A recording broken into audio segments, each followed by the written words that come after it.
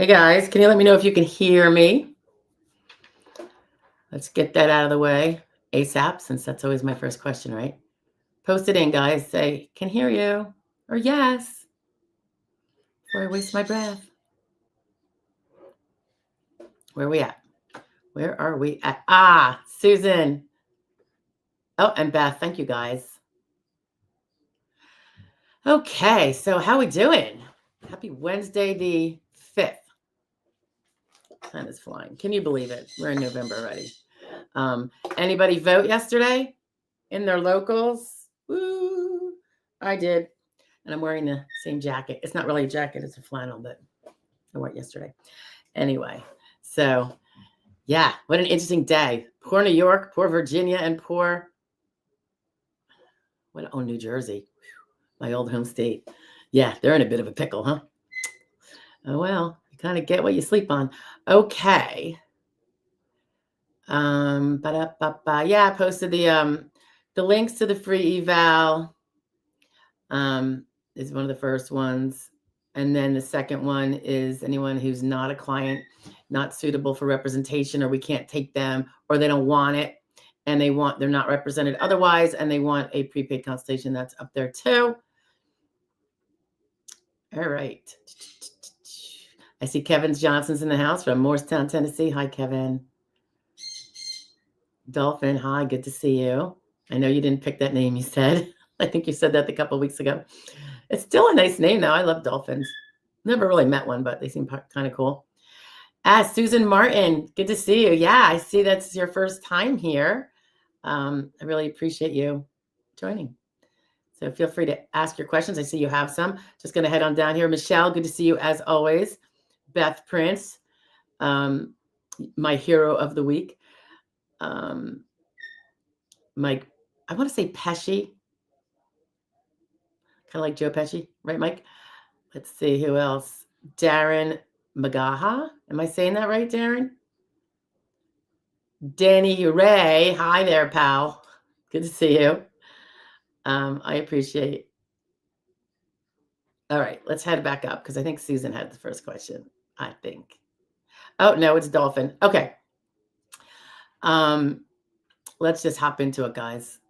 I have to bring my son to the doctor again today. So after when he gets home from school. So I can still go till 3 if I have to, but then I have to definitely cut out because he has to be there at 3:45.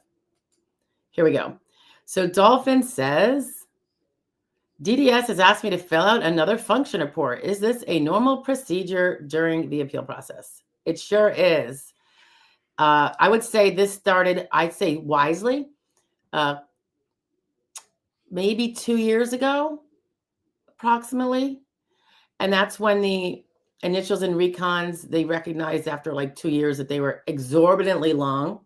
So if someone did a function report on the beginning of initial, Dolphin, at the end of initial, when they're about to render a determination, they, they started to recognize that person's condition could be totally different. Their limitations that they described in their original function report could be better, could be worse.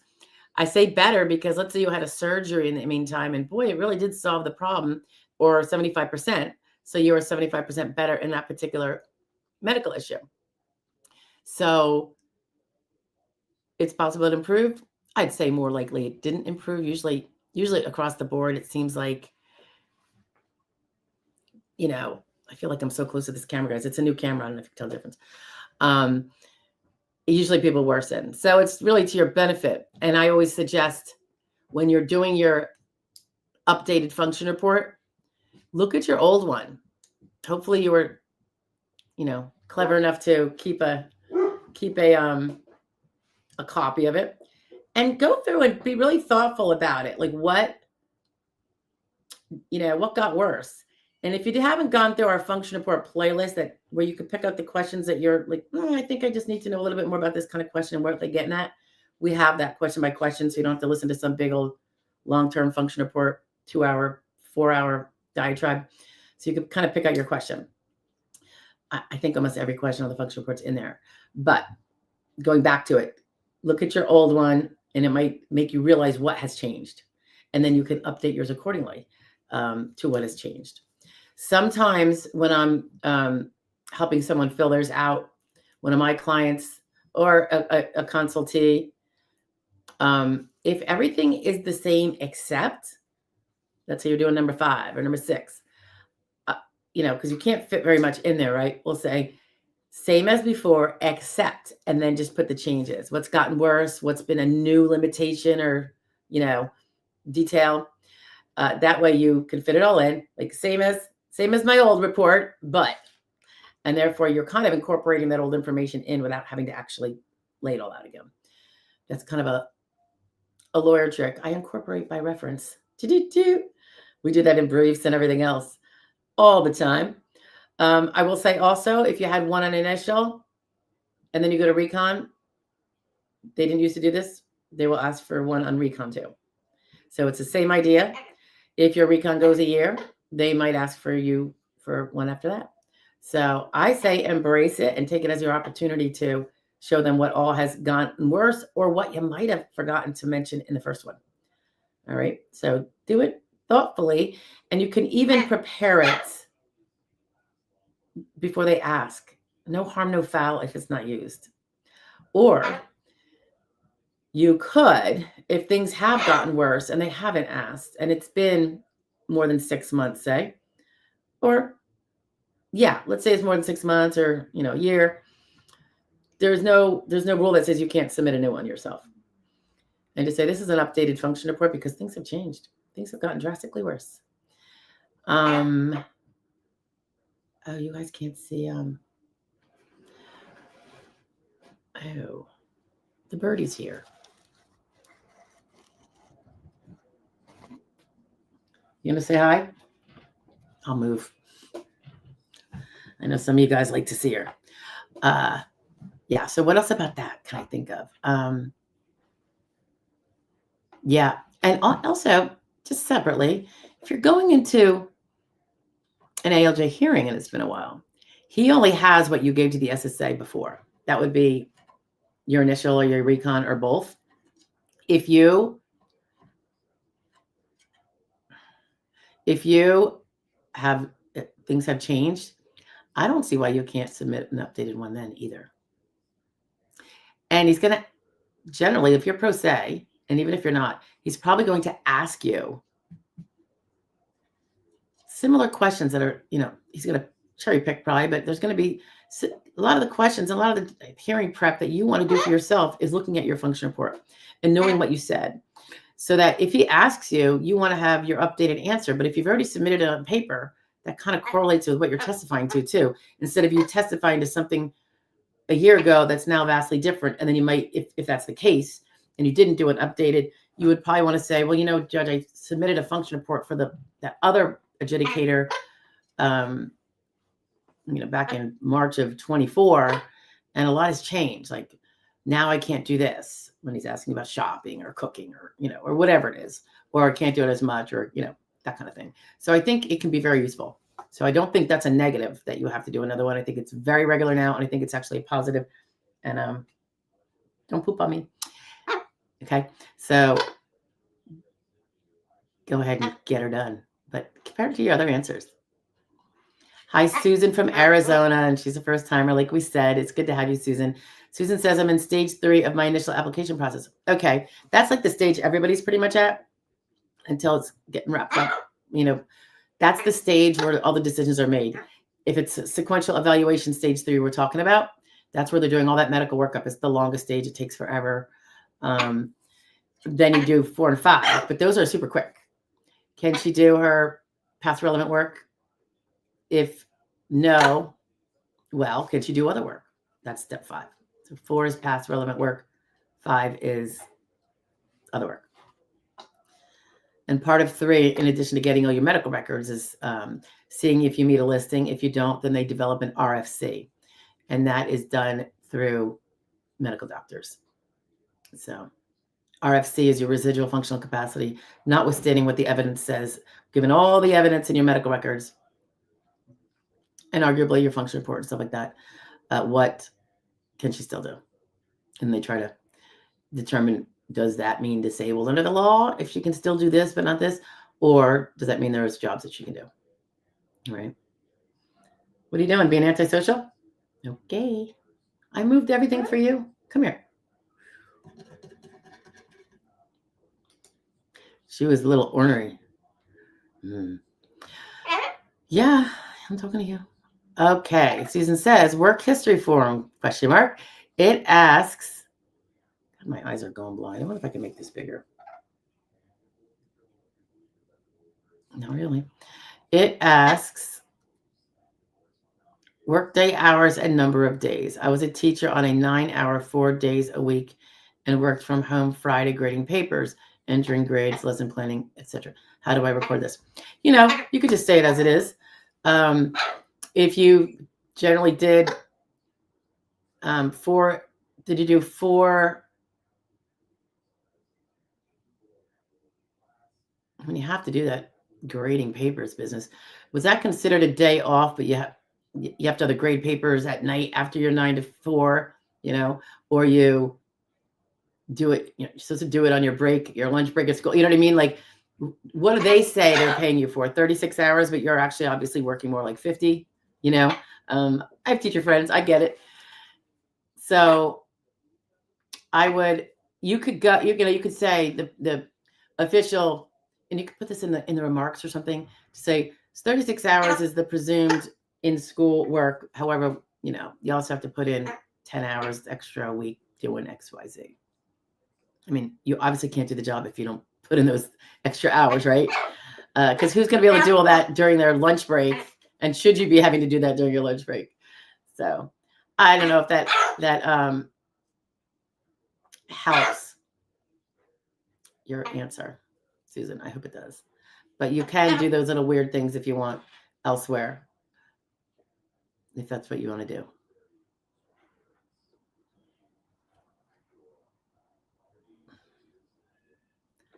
And thank you, Michelle and Beth, for the I Can Hear You business, and Susan and Dolphin and Mike Pesci.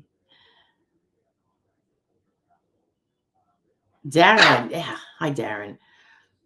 Darren says, do you have any information about changes they are wanting to make to applicants for SSD? There is actually nothing official planned at all at this stage. So that would be no. We've had a lot of discussion on this because there's been a lot of speculation articles, like there always is, like there has been for the last 10 years. You know, just trying to get a rise out of people and maybe get some clicks. So I've done an article someplace. I forget what it is. It wasn't like a super formal, lengthy one, explaining, and I'm going to go into it real briefly here for you. Since early 2000s, there has been discussion, even official proposals made back then to do the thing that people are scared of now. And that is in any way negatively changing how age, and that would be only the 50 and above year olds. This would not make a difference for people under 50. Changing that. So instead of maybe the grids being 50 to 54, 55 and above, it could be 52 to 54, 52 to 56, and then 57 and above for those two beautiful extra grid rules that assist our 50 plus people. So that's been on the table, always on the table as a thing batted around. Officially, they tried to do it in 05, 03, 05, 06, 07, you know, and then it was actually an actual proposal. What, you know, that's one of the steps they make before they ever change a regulation. And the way they consider age in the Social Security, Disability, and SSI claim process is defined by the regulations. The regulations are made by the administration, meaning the agency. The fact that they have to consider age and the fact that age affects our ability to adjust to other work, the fact that they have to consider it is, pardon me, I'm gonna see if I can't. the fact that they have to it is by Congress. They can't get away. They can't ever change it where they don't have to consider it. My wires are really cattywampus here. Why is this so tight? Just getting you in there, Tosh, since you're pleasuring us with your company.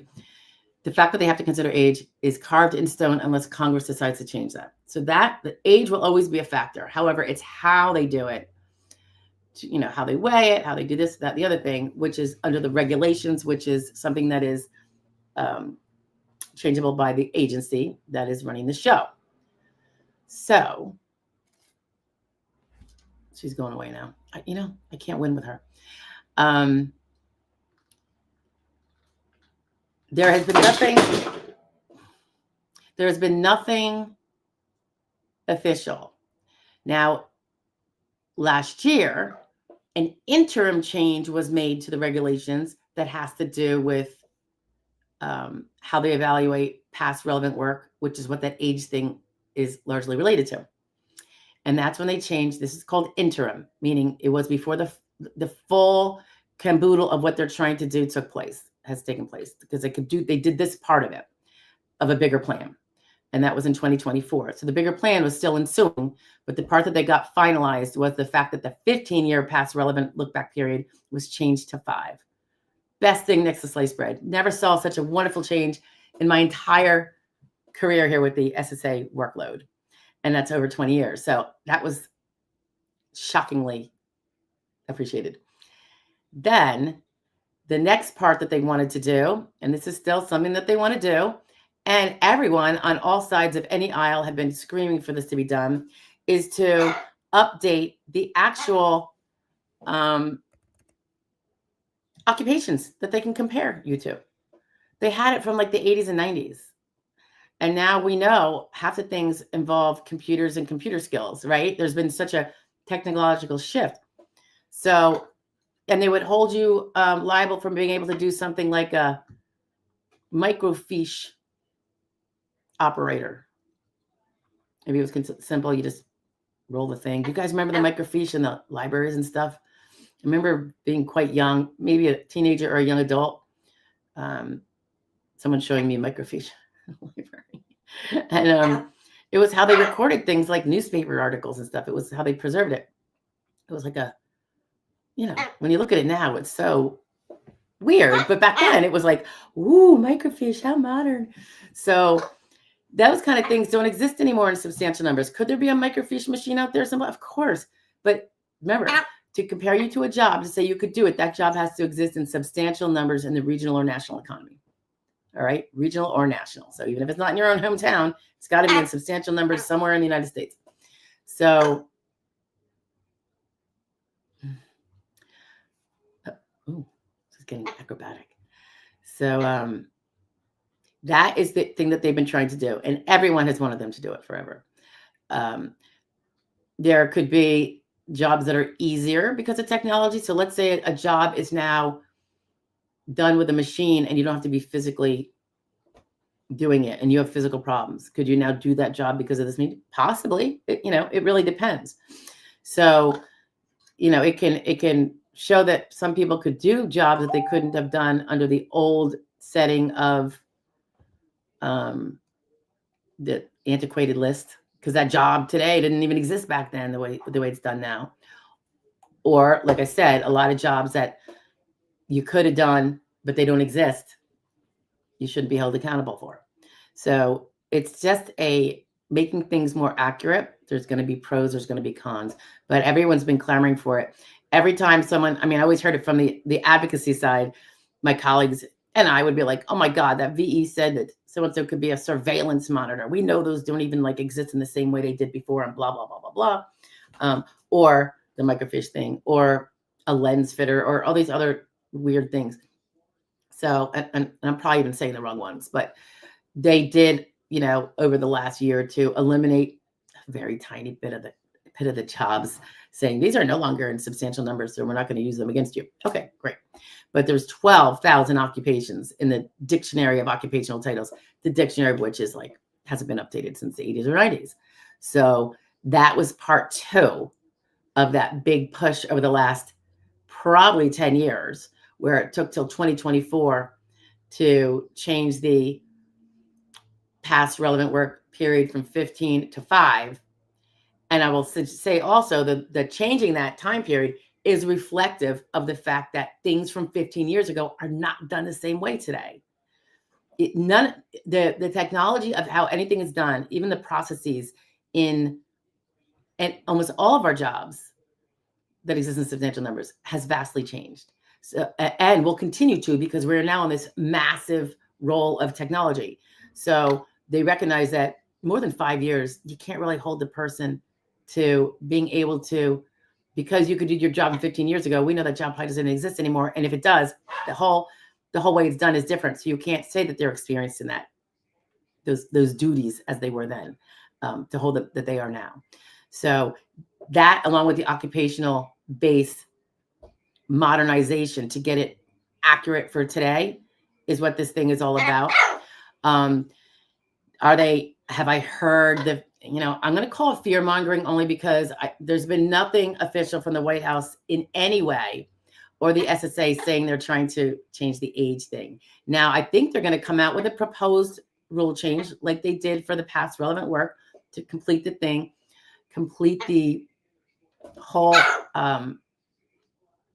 push that's been going on for years and years. I think they're going to try to get that done. I've heard they might have a proposal out for December. Will that say we're going to change the age now consideration? I certainly hope not. I've heard nothing to suggest it at all. I've read a lot of the articles. A lot of my clients and just even colleagues have sent me, what do you think of this? And I go do a little bit of research, and I'm like, do you realize that they don't have a single witness in there? Not a single witness that has any knowledge of what's going on in the SSA today. Not one. Like, they'll say, experts have alluded to. Experts say it may. You got to read the fine print. They word it in a way that they can't be held responsible for putting out speculative stuff out there, and it scares everybody. And boy, it keeps you clicking, doesn't it? That's the goal, for some of them anyway. So I would just say, and I know I'm getting long here, try not to borrow reasons to be fearful before there's actually a reason to be fearful, particularly if you can't do anything about it at the moment. It's not going to serve you well. It's going to distract you. It's probably not going to be good for your health. And that's the last thing most people with SSD or SSI claims need. So we've seen it a gazillion times, and everything's turned out to be a nothing burger so far. So again, could it happen?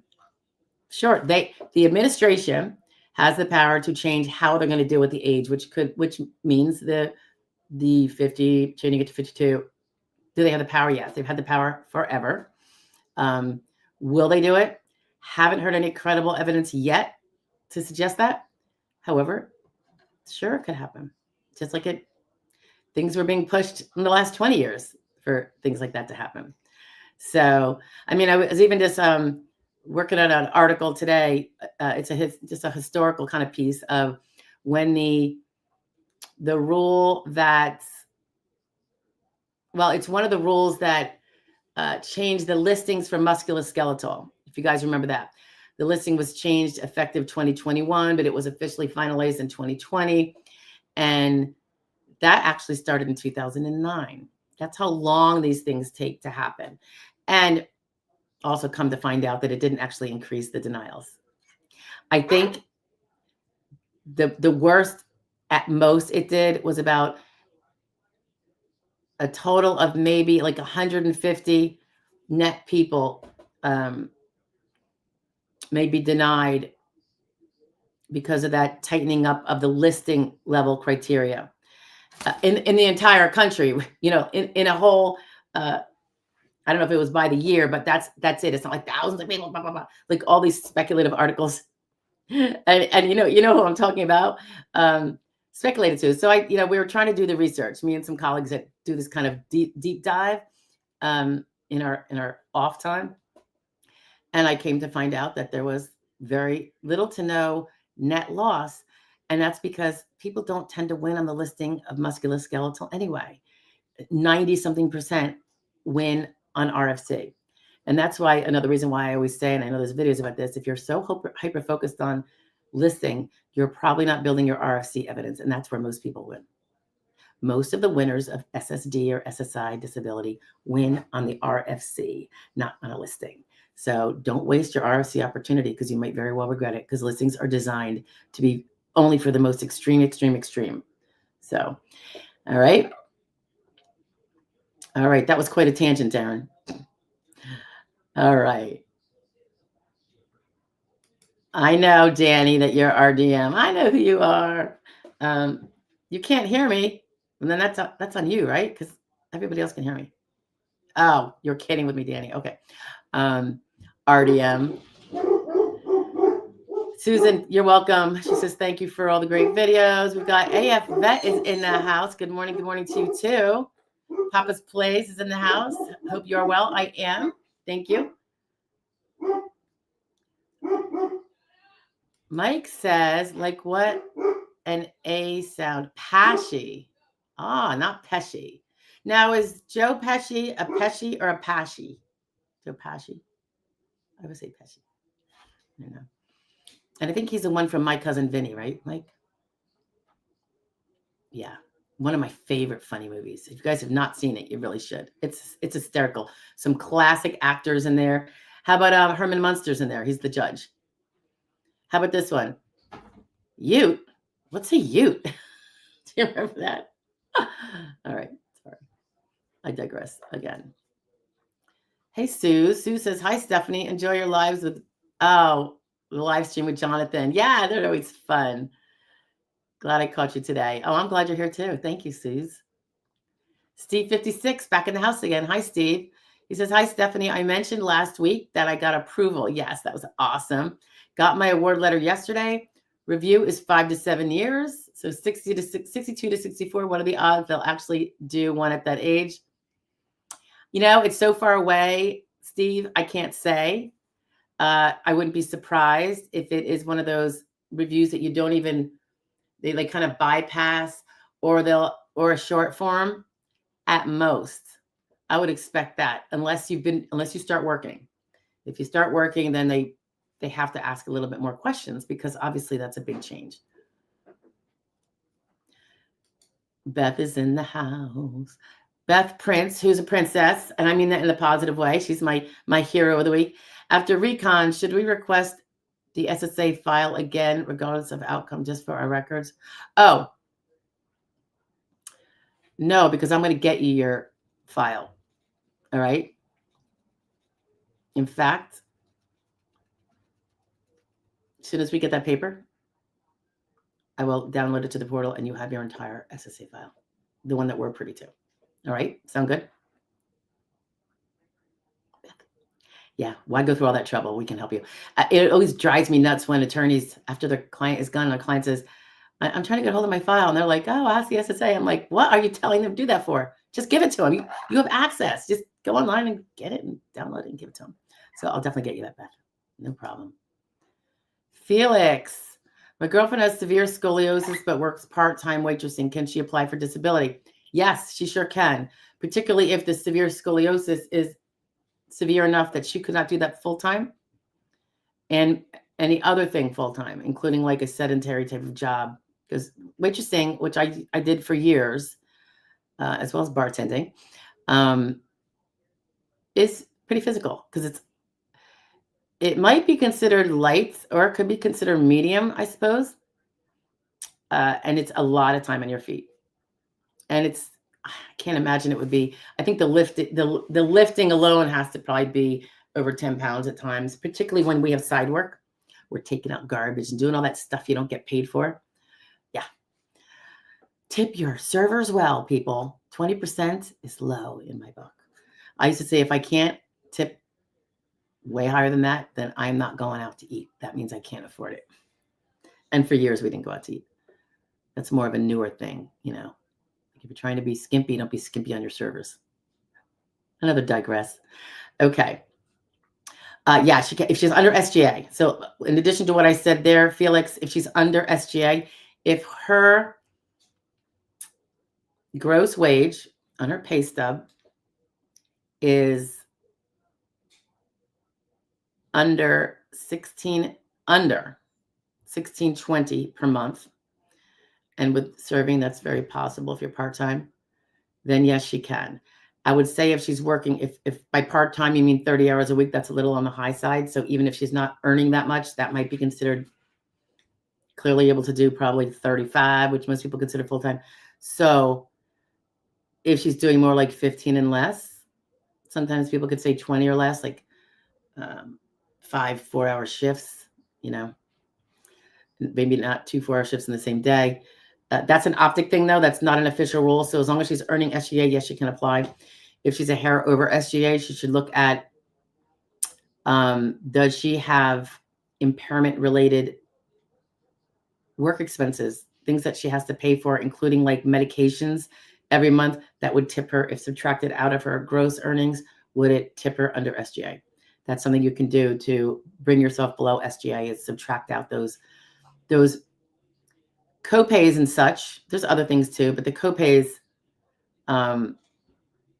that you have to do every month for medications or specialist visits, not for like a normal annual visit with your primary, because that's what everyone has to do. That's not really impairment related specifically, but the rest of them. There's a video or two on impairment related work expenses if anybody is interested.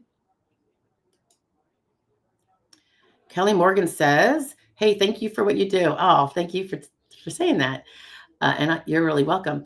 I'm at Recon, just went to my CE last week. What kind of timeline do you think I can expect a decision? Oh, you're at Recon. Historically, CEs are like the last thing before it goes to the SSA knowledgeable medical expert to determine what does all that medical information we now have say that would be her RFC. So that usually only takes a few weeks. However, sometimes people go on vacation. They get extra bogged down because there's an influx of cases assigned to that. So that's not a hard, fast rule. But historically, we would see a decision pretty soon. I can't say it's always that way now, though. It's a little sketchy the last few years. This is Charlene. Hi, Charlene Ferguson. Nice to meet you. My beautiful bird's name is Tasha. And I've only had her a short time, a couple months. She's 31 years old, and her prior mommy, who's still her mommy, I've never met, but she found her a home because I understand, felt like she wasn't being able to take care of her properly. She's an older person in the 80s, had 2 birds, and was going to try to see if she could still withstand, the obligation she has as the mommy to the other bird, which I think is an African gray. And I don't know, Tasha's just super sweet. So, she came from a really caring home and all that good stuff. So I always hope, I think my daughter, who made these arrangements with the fine lady owner, I think she texted her a link to the first live stream Tasha was on. So that the mom would know that she gets a lot of attention. She's always hanging out. She's never like cooped up in a cage, even though she has an amazing condominium. Absolutely amazing. I mean, I would move into it if I could. And so other people could take care of the rest of the animals and I could just relax. All right. Susan says, 4 school days, 7:30 to 4:30, pay for 40. Yeah, you could put in the 40. That's probably what I would do. I would put in is that 9 hours? 9. Yeah, it's hard. Either way, it's going to work for you because they already know what a teacher does. This is not like some weird job that you're doing a weird way or anything. So it's not going to be that big of a deal. You could say, if you're handwriting it, 40-50. Although if you're doing your application online, they don't let you do ranges when you're putting in if you've only had one job in the relevant period. They have you click down menus and you got to just pick the number. So you could go with 50. Yeah, you could go with 50 or whatever it is to add in that Friday. I wouldn't be surprised if I caught you working on a Saturday. You know what I mean? Like, let's say you had a shorter Friday because you did something and, ended up doing it on Saturday, right? You could still do that, I'm guessing. I don't know. But either way, you could throw in the 50. Kelly Christ.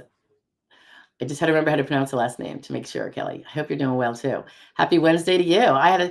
Kelly says she had a status update that her application was sent for federal quality review 2.5 weeks ago. Yesterday, I had another update that a rep in my local office started a final non-med review. As you know, the non-med review tells me nothing because people get them win, lose, or draw. Federal quality review is very often positive but I have heard a couple people that have lost after federal quality review. But historically, we would always see it appeared that the majority of FQR cases were those that the adjudicator wanted to award. Put out an award, it got pulled for audit, FQR, and they're making sure that the adjudicator didn't leave anything out or do something grossly wrong, and it should be a denial. And that's rare. So I feel positive for you, Kelly. I hope, fingers crossed, prayers for you. You're welcome, Susan Martin.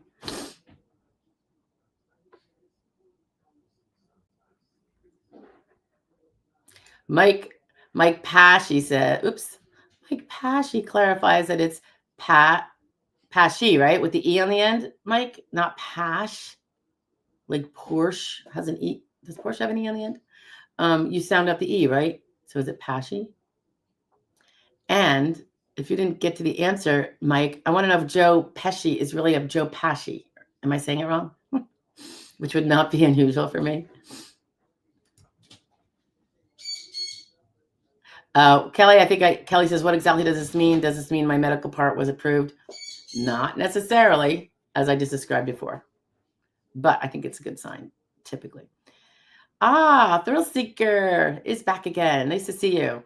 She says, hi, Joy. Sorry I didn't introduce myself last week. That's okay. Love your videos. You have been a big help with understanding this crazy process. I'm very glad to hear that. Thank you so much for those kind words, Thrill Seeker. Tony P's in the house. Hi. He says, hi, Stephanie. Had a question. I know you shouldn't bring up SSD to doctor when applying. That's just my personal opinion. Tony, I'm sorry, guys. It's like this. I don't know if I can change that. It's like, when applying. But what about after you are approved? Should I tell my doctor I'm on disability? And also, do you automatically, let me look for part 2, Tony, get Medicare after 2 years? Okay, so two-part question here. Then this is all opinion, right? Professional opinion based on experience. Is there a reason to tell your doctor at any time? Or no? Just to clarify that for the people that are wondering, why not tell your doctor when you're applying? And I have a video on this, but I speak it all the time. There's a lot of medical providers who seem to be a little biased against people who are applying. They see one small part of you and they say, yeah, he's got an impairment, but it's not disabling. They don't know about what else is going on. They just don't know. And they don't understand the definitions of what disabled is under the law. They think if you're not in a wheelchair or confined to a bed, you're not disabled. And that is not what SSA law says. Clearly, it's if you can't work full time.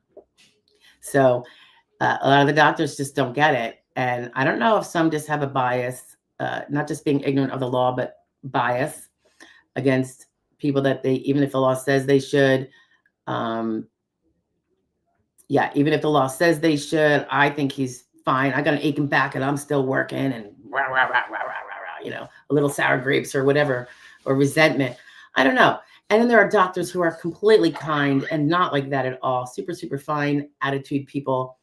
And some of them actually tell their people, God, you're really messed up. You should consider applying for disability. And that's your sign. That's your sign that your guy may be not one of those biased providers. And this applies not just to doctors. I don't want to pick out doctors. They're probably the least of the culprits. It could be other medical providers, including MAs, medical assistants, office managers, LPNs, RNs, advanced registered nurse practitioners, and PAs. Okay. So it's really going to be I think it's a personal character issue of the provider, not their credential per se. Now, when are you going to get the Medicare? He said 2 years. So remember, guys, it's 24 months of payments having been made to you, constructively or otherwise.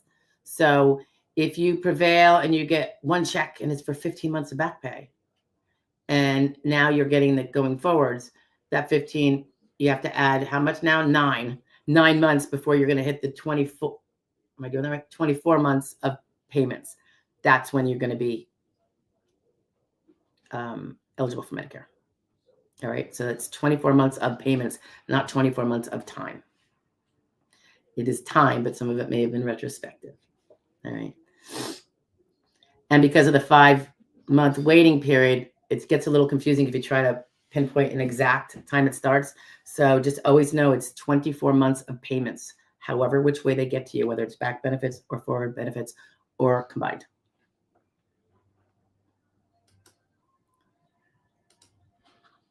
Danny says, don't start now at 54.8. Don't start nothing new now that I'm about to turn 55. No. Don't worry. Just don't worry. I should say this too, guys. When a regulation does get proposed, which there has so far been no credible evidence that something like that's going to be proposed, although anything can happen, but that's true every single year up to now at any time. Okay. It doesn't happen overnight.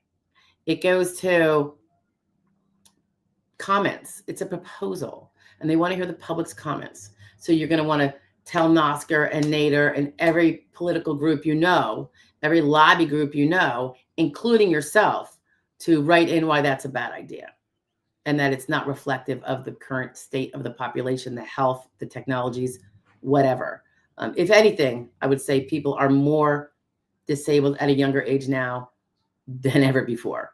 So we have a very, very unhealthy population. It's just a fact. And no, we're not aging longer, except if we're in a coma in a nursing home and they love to keep us alive because, hey, that's money, right? So do not worry, Danny. It would take 18 months if they even did that or something like that. So you don't have to worry about that. Just don't worry your little head about it. You worry too much. I know everybody does, right? Little Rap Guy. Hi, Little Rap Guy. Former FBI Director Robert Luskin and various courts have had or have collusions with foreign domestic doctors with badges. All right, where are we going here? And with judges, Judes, I think you mean judges, right? Judges' families with criminal enterprise and abusers of kids. Okay, I'll take your word for it. And the elderly. Okay.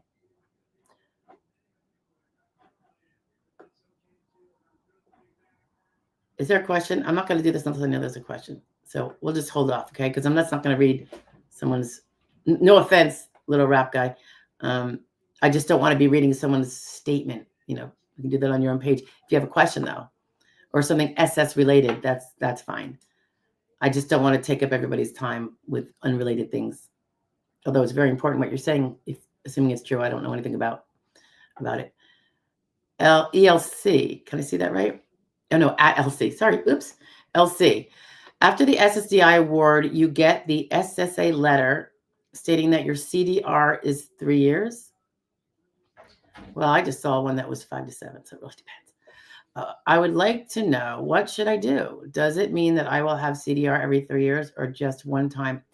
You're going to potentially have repeated CDRs. It depends on your age and mostly your age. It could either be 1 year, 1.5, 2 years, 3 years, 5 years, 7 years. And 3 years is probably, an expectation that you could get better, improve enough to get some sort of job. So what should you do? Well, if it's untrue, if you don't improve, you're going to want to have proof of that. So you're going to want to always follow up with your doctors like you've been doing. If you've been very, very aggressive with treatment and it's not quite as necessary now because now you're more on a maintenance. Then you might not be going, if you're going every month to your orthopedist, you don't, but there's got to be some sort of steady, reasonable amount, because you always want to have in your rear window view medical records that in that CDR, the SSA can see that you have not improved. If you have improved and it's evident, then you want it to be clear that the improvement is not such that it would render you able to work full-time at a job that exists in substantial numbers. Understand?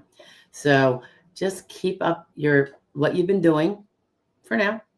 And so there's always that evidence that the impairments, and if you have new impairments, go treat for those too, because those can help on a CDR too.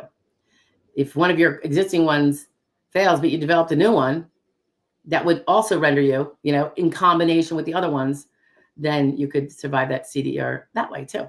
So continuing with your medical treatment is really, really important. Where are we going here? Thrill Seeker says, I am 61 years young. That was my little ad in there. 40 work credits, of course, and have 40 plus years as a chair-side dental assistant.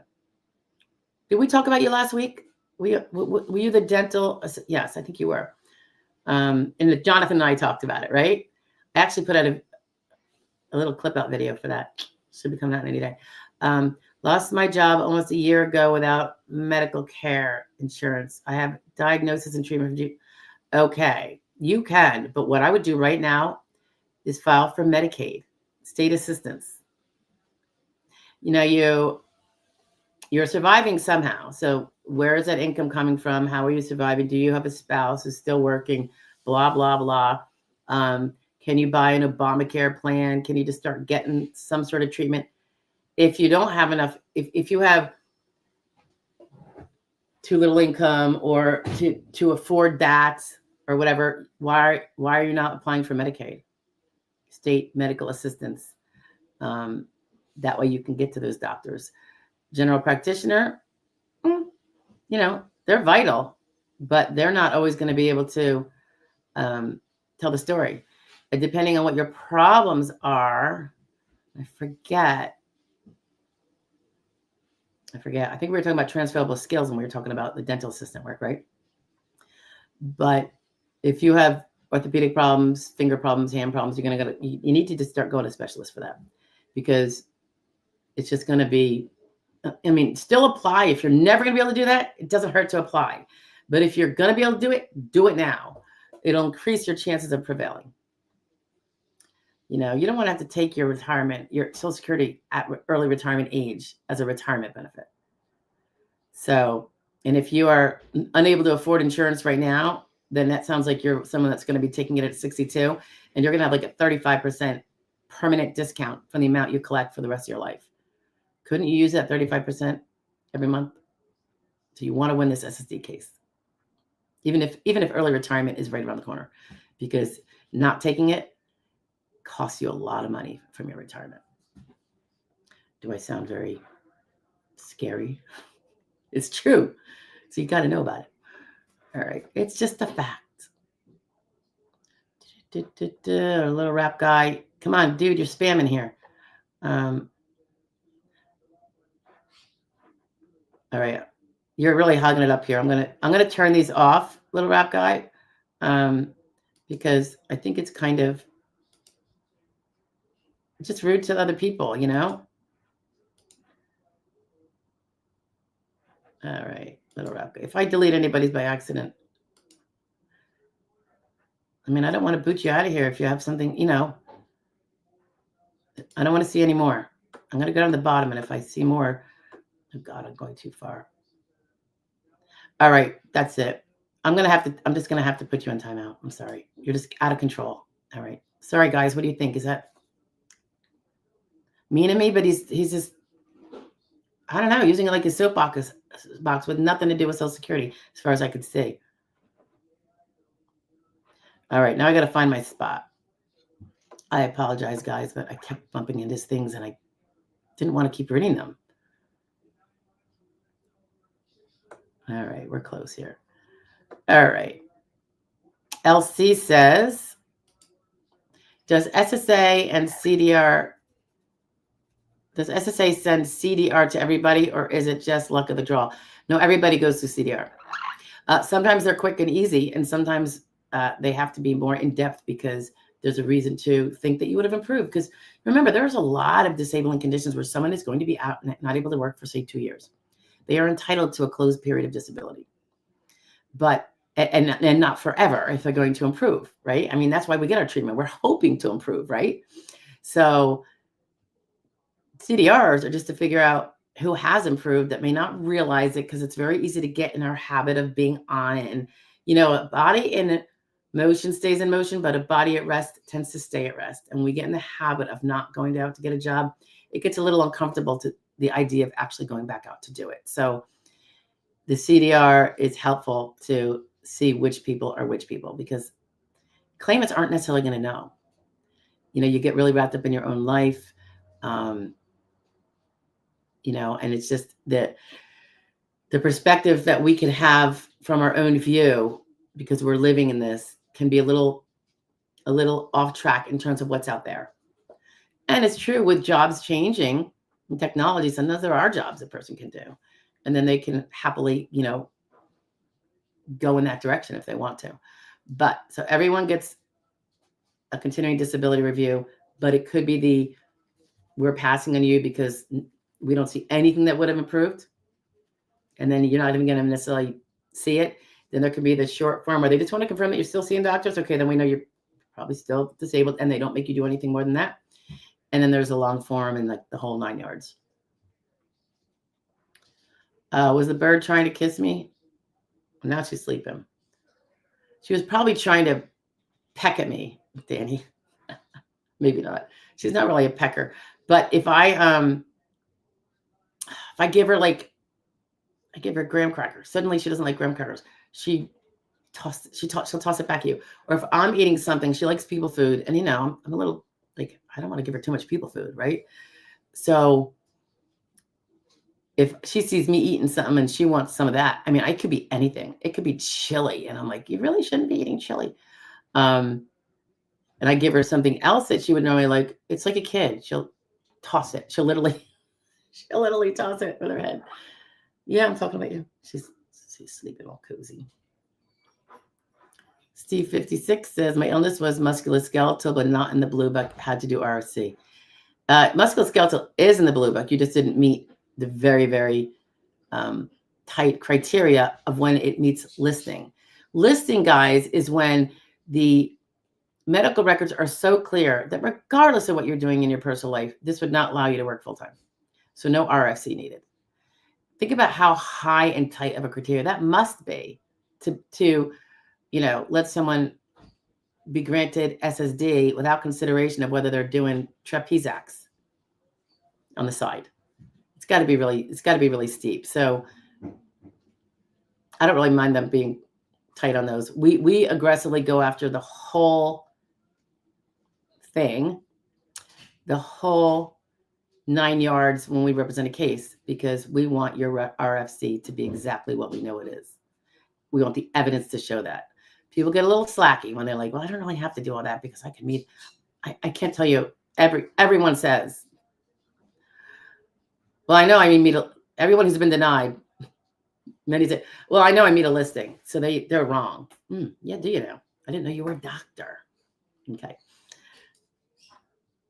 Michael Jackson says, my parents' name is Tasha. And yes, she is beautiful. And I really don't know if she's a boy or a girl. I mean, they named her Tasha. That doesn't mean anything, right?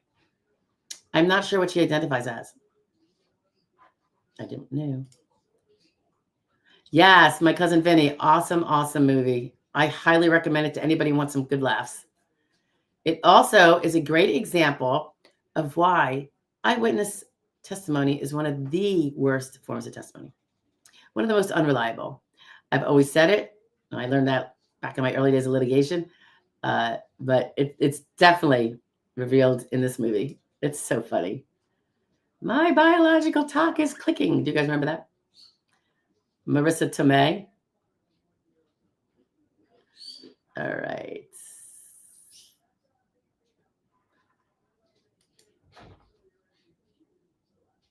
Sam says, hi, Stephanie from Connecticut.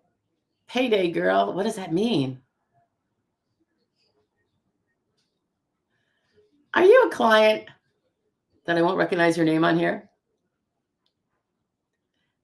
Because I do have a Connecticut win this week. It was awesome. It was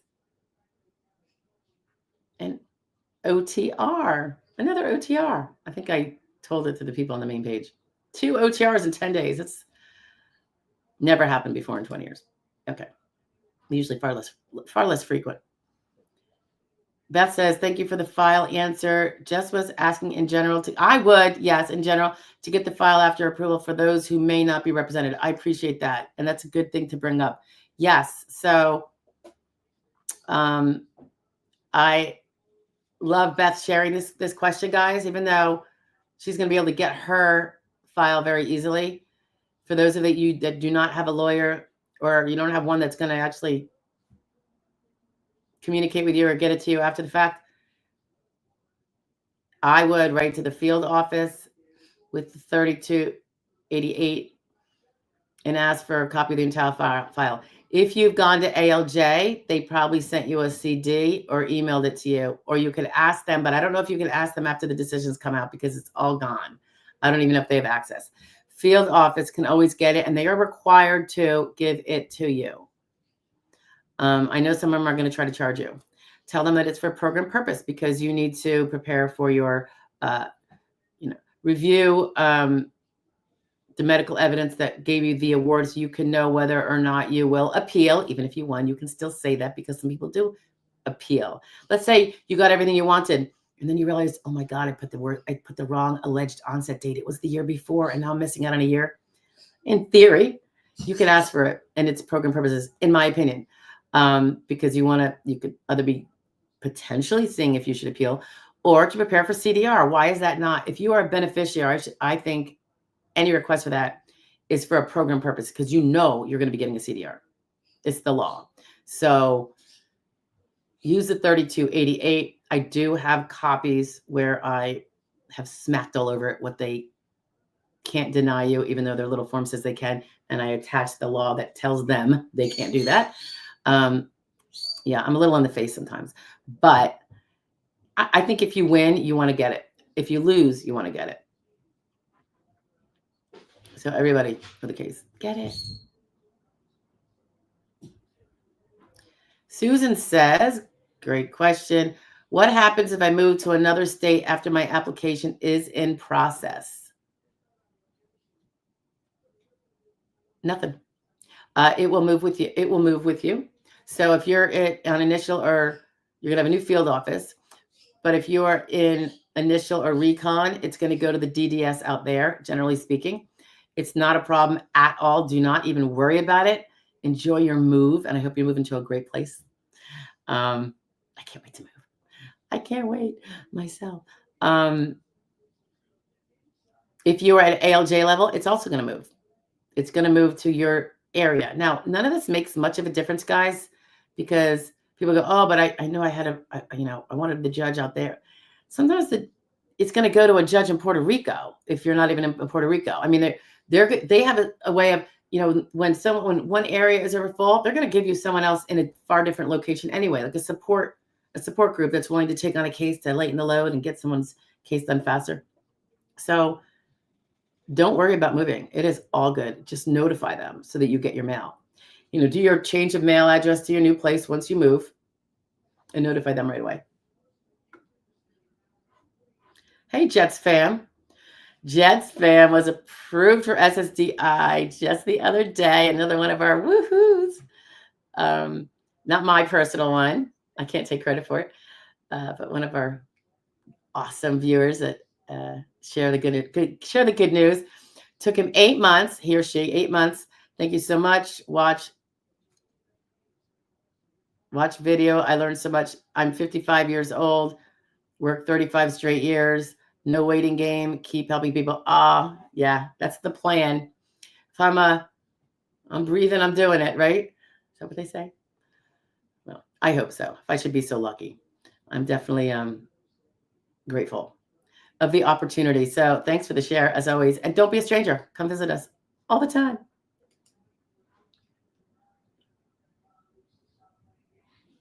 All weekend work. Yeah, I know.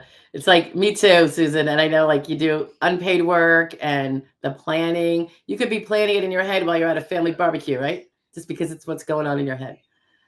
That's the kind of eat, sleep, and breathe a job. You know, they say we shouldn't do that, but it's really impossible if you're in the kind of, if you have the kind of job that you just throw your entire soul into, right? Kelly says, yay, how long do you think the final non-medical review will take typically? They say 15 to 30. Isn't that what they're still saying, guys? 15 to 30 days? Vicente Garcia, hello there. Says, hello, I was just awarded SSDI and I have a dependent. Do I have to file taxes on the amount my child is getting because of me? Thank you in advance. Ooh, you're going to want to talk to your tax professional about that. I can speculate. So it sounds like you smartly applied for auxiliary benefits for your child. That's a child that's a minor, guys, a dependent, or disabled if not a minor.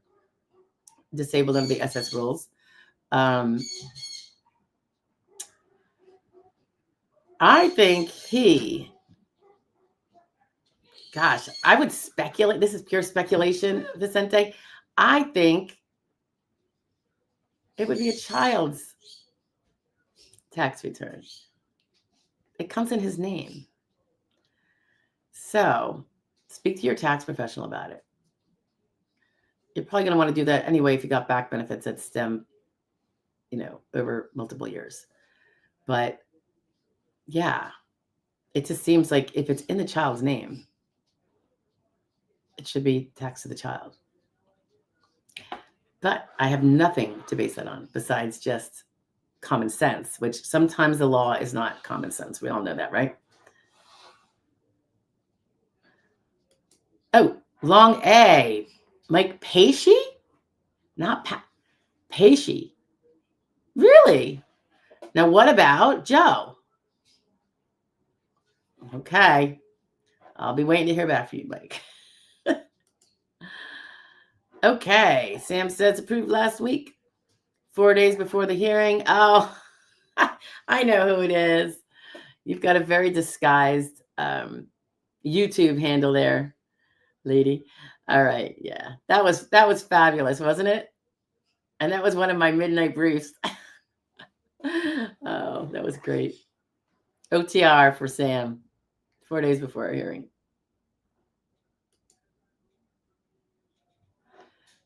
Kelly says, thanks. Okay. Joe Pesci. Oh, he spells it different already. He's got the I. Joe Pesci with an I is correct the way he pronounced it. Pesci. Pesci. You're Pesci or Pesci? Is there an E at the end? An E sound, Mike? Okay. Lauren. Hi, Lauren. Lauren Blackwell says, hello. I've had to go to the ER 5 times this year due to seizures. My doctor says they are medical resistant. Oh. Blood work shows I'm following meds. Is this strong evidence? Are they epileptic seizures, Lauren? Or are they pseudo seizures or non-epileptic events? I think it makes a difference. Epileptic are neurological based. And excuse me if I don't say it in the official medical vernacular.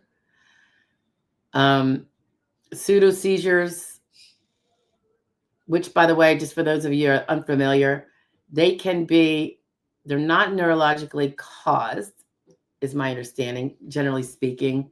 And in the cases, I've had several cases with pseudo seizures. We just won one. But if it's a younger person, they're very typical to lose too, unless there's, all that other stuff. They're often psychiatrically caused. It can be a PTSD, chronic PTSD reaction, started out of the blue. Sometimes it's, the mind is so incredible and confusing and nobody can understand it. I don't care what they say, right?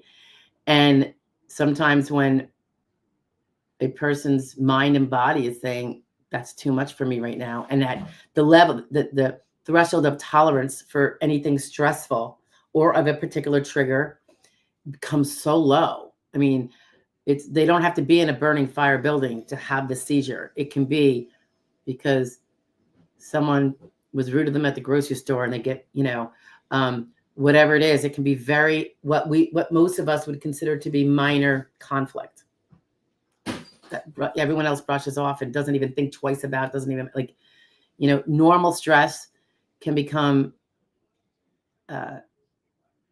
unwithstandable, when someone's kind of had their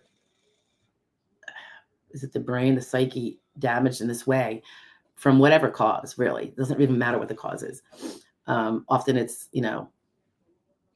chronic trauma, but those I think are harder, like all psychiatric type of stuff. A pseudo seizure, it's not caused by something physical, blah blah, but we all know how much the mind can affect the body. I mean, ulcers, I've got like propensity for that kind of problem. My father had them. I was in the hospital last year. Some of you might remember getting my gallbladder taken out in emergency, and lo and behold, I have like erosion all over the place. When I went for the third time, not realizing within an hour, I was like apparently golden yellow and my eyeballs were yellow. So everything was just going, shut down. And I just had my 1-year anniversary on that. Gallbladder out. And then another surgery. And then another surgery because there was a bunch of stones that were just like ripping everything apart. But I had like duodenal inflammation and all that. And then I was on that pantoprazole. And I'm not on that now, but I have it. So if I have like a flare or something. But my father had it. He had a bleeder. I don't believe mine was, but that's, I believe it might have to do with excess stress or something. And we did have a lot of extra stress. And I think I'm pretty good at handling stress, but maybe we internalize it and, it affects other things. Maybe we're building up more acid. I don't even know. But we all know how mental things can cause us insomnia. We can be overthinking things when we go to bed. And I've been there. Most people I know have been there. If they're not still there, I have loved ones right now who are there. And I'm like, you got to learn how to you're going to have to do something with your mind, or else you're going to be on drugs your whole life to try to get to sleep. And my solution has successfully started out with kind of meditation. It took me years to practice this, like, just amateurish stuff. And then now it's more on the prayerful side because, I've got my Jesus back on, and now I don't really have a problem. So it's awesome. But I do this every night when I go to bed, every single night. So whatever helps. Oh my goodness. What is that? Is that Sam? Did you just give a donation for $20? $19.99? That's super sweet. You know where that goes, right? Yep. Okay. So the pseudo seizures, going back to it, harder if they're pseudo. If it's epilepsy, neuro, and if they're very infrequent, then sometimes they'll say, no, you can't drive a car, but you can do other jobs. Sit down jobs, possibly, if they're very frequent and there's a listing, you're going to want to look for it. I think it's under epilepsy. You're going to want to document the frequency. It's like all like particular, if there's been this many and this amount of time. We had a I think a video on that at one point. And it's in there someplace. It's been a while, but pseudo is harder, sadly, but true neurological seizure, different. So, and it does if the blood work shows she's following meds, is that strong evidence? Well, it's proof that you're taking the meds, which they would assume, unless there's something that says she's not taking her meds and she's having seizures, and they can be like, medically non-compliant. Jets Fam says, when they send me to federal quality review, it took 19.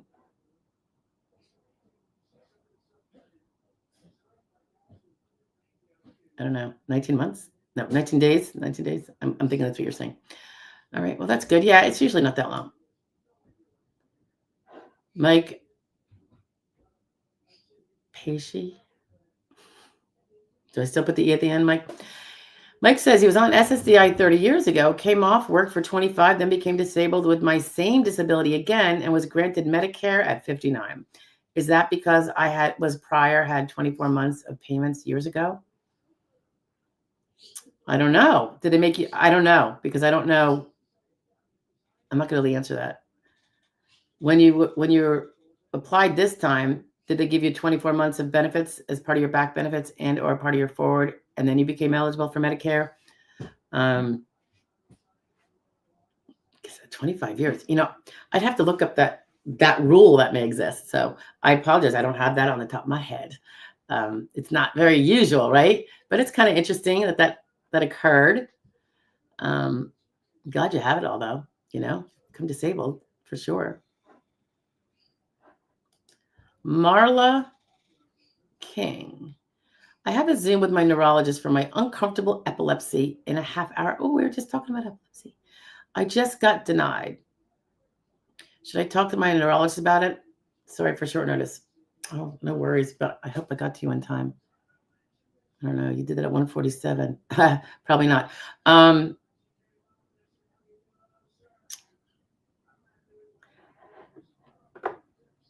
Yeah, I can't really answer that because I don't know your neurologist and I don't know your medical records. I'm sorry, Marla. My Blue Moon says, thanks, Stephanie, for responding my email today about my case, which relates to both RFCs, physical and mental.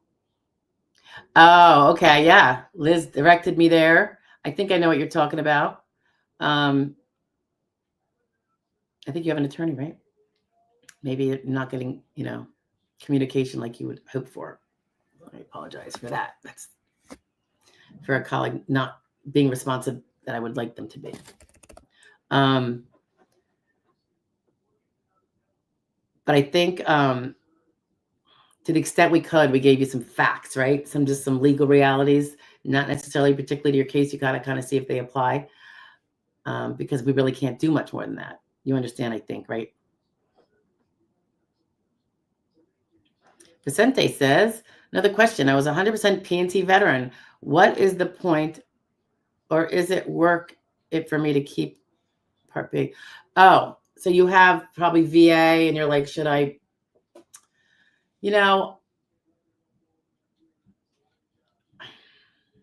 I don't know the ins and outs, and everyone's different.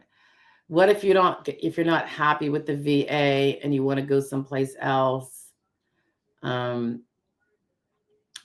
It's kind of a personal choice, I guess. Obviously, it'll cost you, right? I don't know if there's any coverage where VA will pay for Medicare if you take it. Is there? Because VA, I think you're fully covered, right? But what about if you need to go do something and you're not really? I mean, the VA isn't known to have necessarily the best opportunity for the best treatment. Sorry, I don't think you need to put it down, but and I know that the administration it's very important to it. That's why I think maybe in first term they were really pushing for that community permissions where a veteran can go outside and it be covered by their VA coverage so that they don't have to be stuck with just the limited network of the VA. So it depends if you want choices too. Do you want choice in your medical care, or it's going to be such a personal decision, I think, Vicente. If you have VA benefits, which are way better than SSD generally in terms of cash amount, and if you have SSD also, maybe you can afford both if it's the wise choice. I'm not saying spend your money fecklessly, right? So that will be up to you,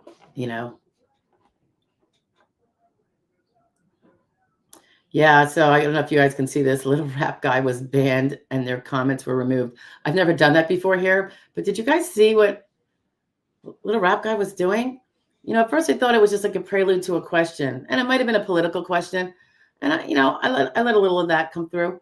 God knows I shoot him out there sometimes, but he was going on, and it was like a big spam thing about whatever he wanted to diatribe about. Some weird, it could have been very meritorious. It's just not the place. Like, come on, we're trying to answer SSA questions. Agree or disagree? Oh, Kelly says, don't even know what he's talking about. Me neither, Kelly. I did not know what he was talking about. Susan says, yes, he's a spammer. Mute him. Yeah, I just had to. First, I started to like click them all, like take away the comment. I'm like, he's just not stopping. Remember, Jonathan had somebody. I think he had someone who was spamming anti-Semitic stuff on his live stream. I think I was on there that day. This is like a year ago. Yeah, probably. And it's just like, yeah, I had to look. I'd never done it before, so I had to look at those 3 dots where it said you could boot him. Like, sorry, rude man, you're going, man or woman. All right. Oh yeah, Sam says, thanks for the fully favorable decision. You're the best. Yes, we got a fully favorable on OTR. Gosh, it's been a good month. Well, this is probably October. But, all right. Things are going really well. So there's no complaints about the SSA in terms of, from me, but you know how anal we are about how we do things here, about results. They've been as stellar as always. All right, Charlie Tuna says, oh my God, Charlie Tuna, does my credit affect getting my son a bank account? Is he a minor? Been trying to set him up for a dedicated, for back pay, but now they want a bank account card to open. A bank account.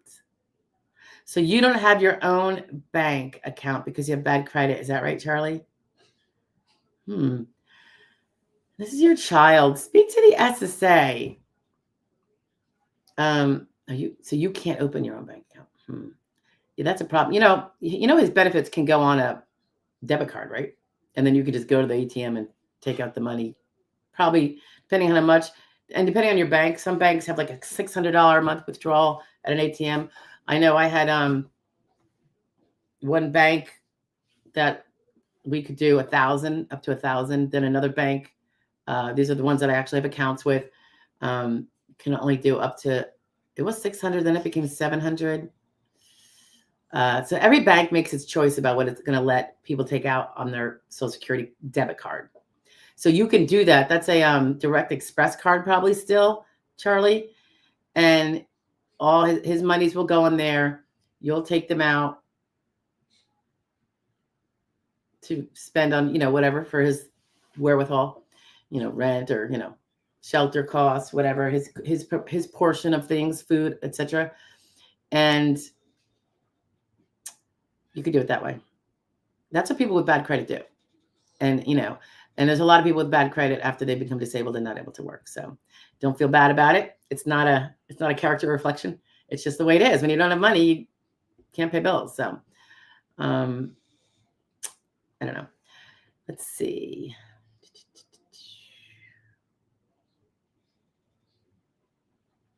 You can go to the SSA website, by the way, Charlie, and they'll give you the information on that. Look up Direct Express Social Security debit card. My mom had a debit card. She still has a debit card. She probably could open a bank account now, but she had bad credit, and it was just easier.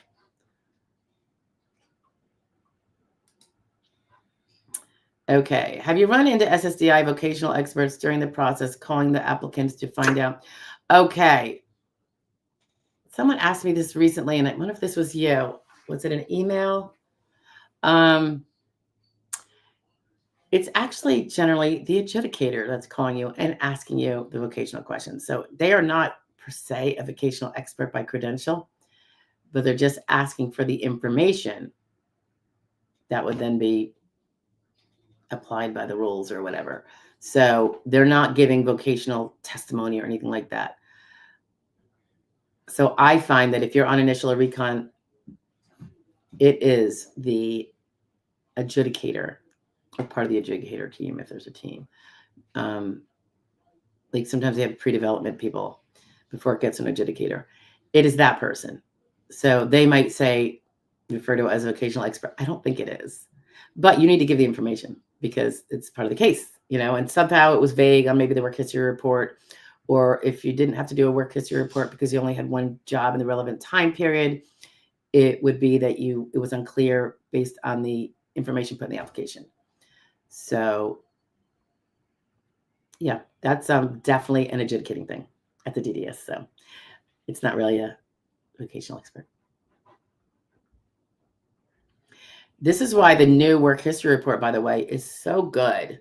I'm so glad they did it. It's longer. It takes more work, blah, blah, blah. It doesn't take more work for us because we used to get this information before them anyway when they didn't ask for it because it was going to be asked about later. And I don't want them calling my people.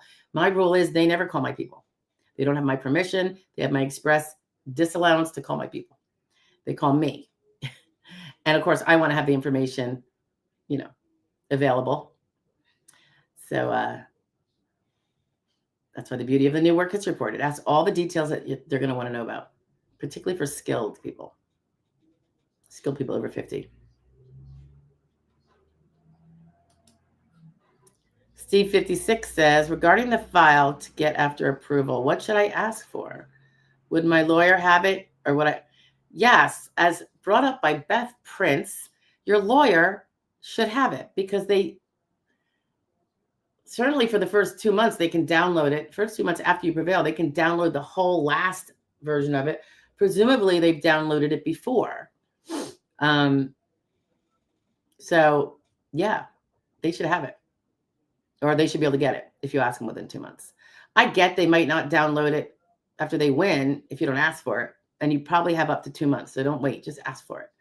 If they don't do it, I would not know why they would not do that. That's nonsensical to me. It's like, we're in there. If we're doing our job, I'm in there 50 times a day, So I don't know. Ew, gross. I'm going to put my elbow in some green muck-eating muck. Have to get a little spray out. They say geese are loose as a goose. So are parrots, it turns out. The difference is, though, they don't stink. Like I have dogs. You guys know I have like a zoo here. Dog poop is really stinky. Not so much the birds. Messy, but not stinky.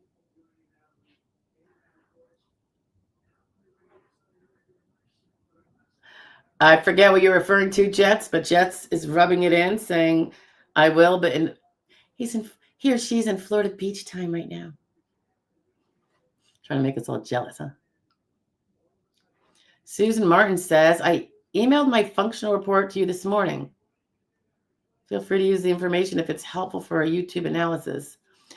Oh, you were thinking like maybe a YouTube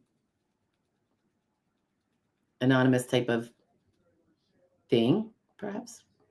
I'm faxing it today since it's due. 11/8. Yeah, I'm never going to be able to get to it. But wanted to share in case.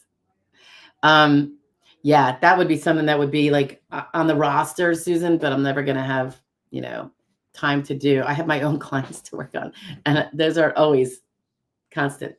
For what it's worth, we do them for prepaid consultations, but it costs, because then we're putting out a few hours of time.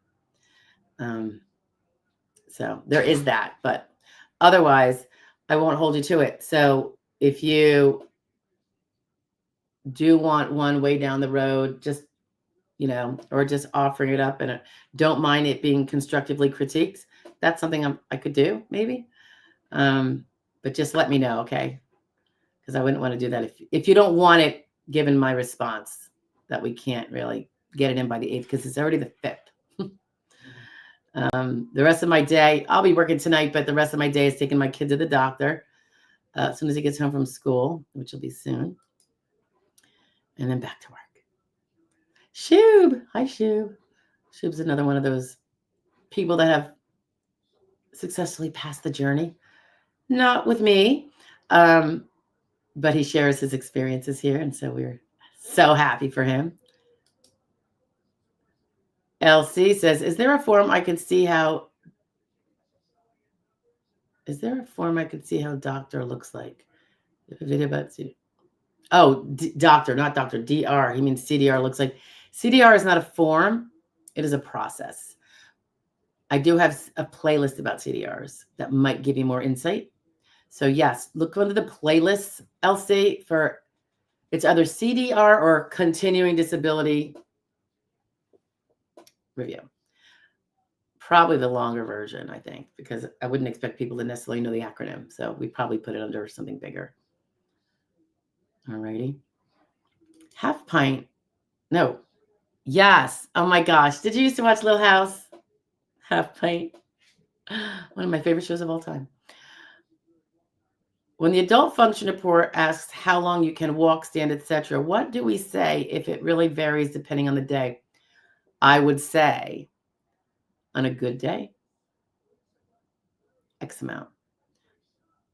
On a bad day, or I would just say I have good days and bad days. 3 out of 7 days a week are the bad pain days or the bad days.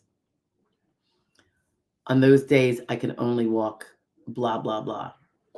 And then you don't even have to talk about the good days, but you've made it clear that you're not talking about every day you're talking about, but you're focusing on the bad because those are the days that are going to affect your capacity to work full time.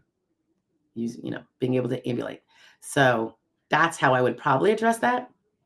Making sure they know there's good days and bad days, or bad days and worse days. And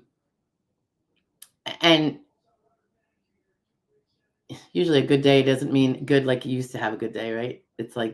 It's still a reduced day, but you want to talk about those days that are going to interfere with work. And if you can't walk more than 5 minutes 3 times a week, this is how bad it is. Like whether it's low back pain that goes through the roof, those are the days that you want them to know about. That is my take on that. Tonic clonic. Oh, what was that response to, Lord? Let me see if I can find it.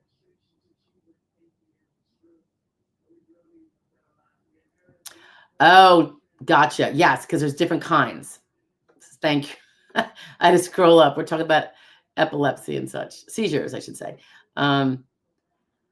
Yeah, so you've looked at the listing. Just give it a good go. And you know what? If you document, I would do a seizure. You're probably doing this, Lauren. You sound like you're on top of it. I would do a seizure journal and just seizures. If it requires much rest after, because the people I've known that have had them get so exhausted and they literally have to go lie down and take a nap for like 2 hours. If that's you, or maybe it's a half hour, whatever, I would have like S for seizure, and then R or B for bed, 2 hours. And if it's witnessed, I would say it and maybe have a little W. And if you ever have any in, say, your doctor's office, imperative that they document that. If not, and most of them just happen, we're at home, right? Because usually we're staying home all the time and we're very impaired. If you have family members that witness it, I know it's family members, so they're not going to hold as much water as an objective person, but they could do an SSA 795 documenting. If they should take notes on everyone they witness, and they could do a 795 certified statement later and submit it to the adjudicator or the ALJ. Adjudicator is probably going to ignore it, but the ALJ. But you can still get it in for the adjudicator and document.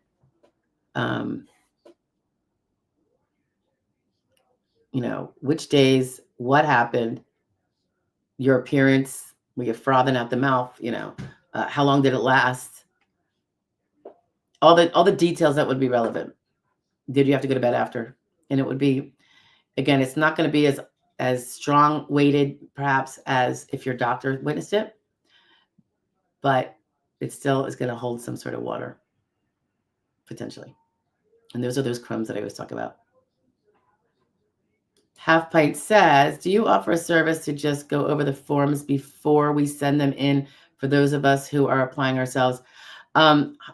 Yeah, it's a prepaid consultation. There's like a 1 hour minimum, and It's not the cheapest thing in the world, but you can do it, and people do it all the time if you want. And we can get you in fast. So we kind of have a dedicated process for that. So definitely, and it could potentially even be on the weekend if you needed it in by, say, Monday. Know also that you can almost always get an extension if you haven't had one yet, if you need another 10 days for your function report. So keep that in mind too if you feel like you've been slow on it or whatever. Maybe that prevents you from needing a consult, or maybe that gives you an opportunity to have a consult that you still want. So be very happy to do that for you. Just email at assistant@joydisability.com. And if you're interested in that, she'll set you up.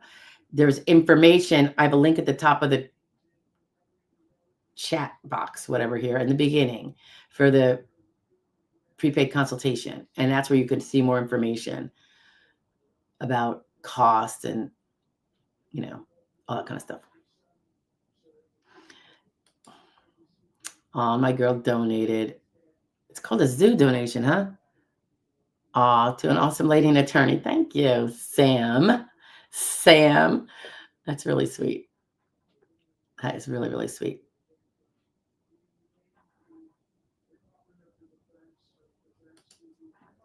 Mike said no sound.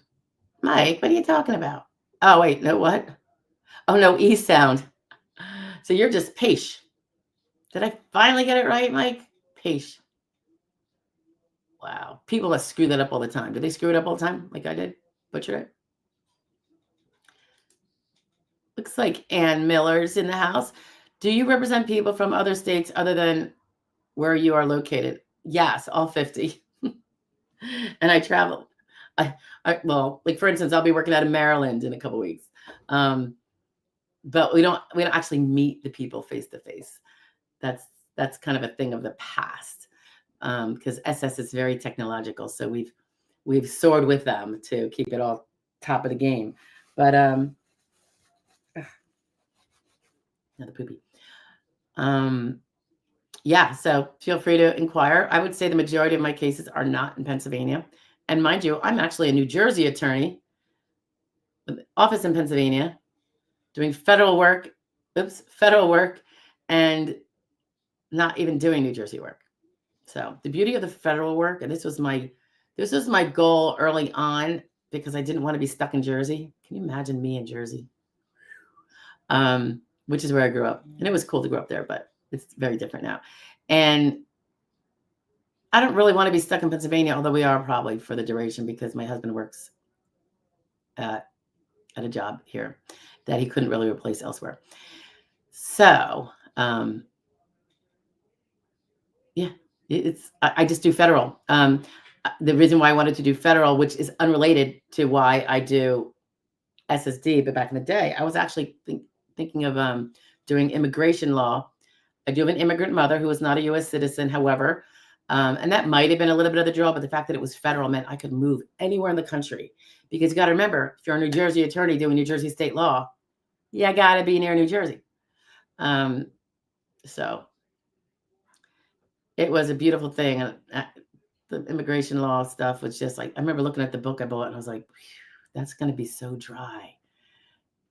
It's probably not dry, but then someone turned me on to SSD and I never looked back because it was totally up my alley.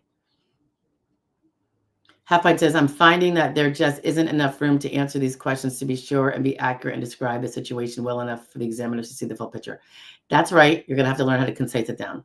But you're probably not aware of what things that are important to your case and what are not. Sometimes your perception of what's important, because it's important to you and how you feel and all that stuff. A lot of times people do things that they don't realize are going to be repetitive in terms of the functional way it's going to meld, because it's two different things they're doing, but they don't realize it's going to affect the same particular task that is one of the ones. Yes. So they don't know because they're not, obviously well studied in that. So I get it. It is kind of a, what's the word? A skilled art in the field to get things properly into the requisite area. And yes, they do give you a remarks page, and then I've seen people like type 3, 4, 5 single page pieces. And I'm like, I'm not sending that in. So tell me what's your worst stuff in the box. I will be reviewing that stuff and pulling out the salient parts, but we're going to fit this in the box. That's what we're going to do. And it works like a charm. It works like a charm. You just got to kind of know how to do it. And it's probably taken years to perfect it, but it's good. Think about the adjudicator. Do you think they're going to want to read that when they've got, I don't even know how much, I'm just going to throw like 100, 200 cases, 400, I don't even know how many they each have. I'd like to look that up. I wonder if there's information on that. If any adjudicators are listening, let us know. Everybody would probably like to know, how many do you have to juggle at one time? And I bet you there's a limit, which is why there is sometimes a limit to get an adjudicator. You have to wait in the bullpen till one gets some stuff siphoned out, cases go out, then they can take in some more. They're constantly working, I think. One goes out, they get another one. They don't get a break, right? All right. Hey, Justin Zane. You are Justin Zane. Nice to see you, bud. Oh, you just get out of the CEs. All right. Well, post me later. Let me know how it went. Justin says, 100% of P&T vet here. They suck for records and treatment. Yes, I hate the way VA presents the records.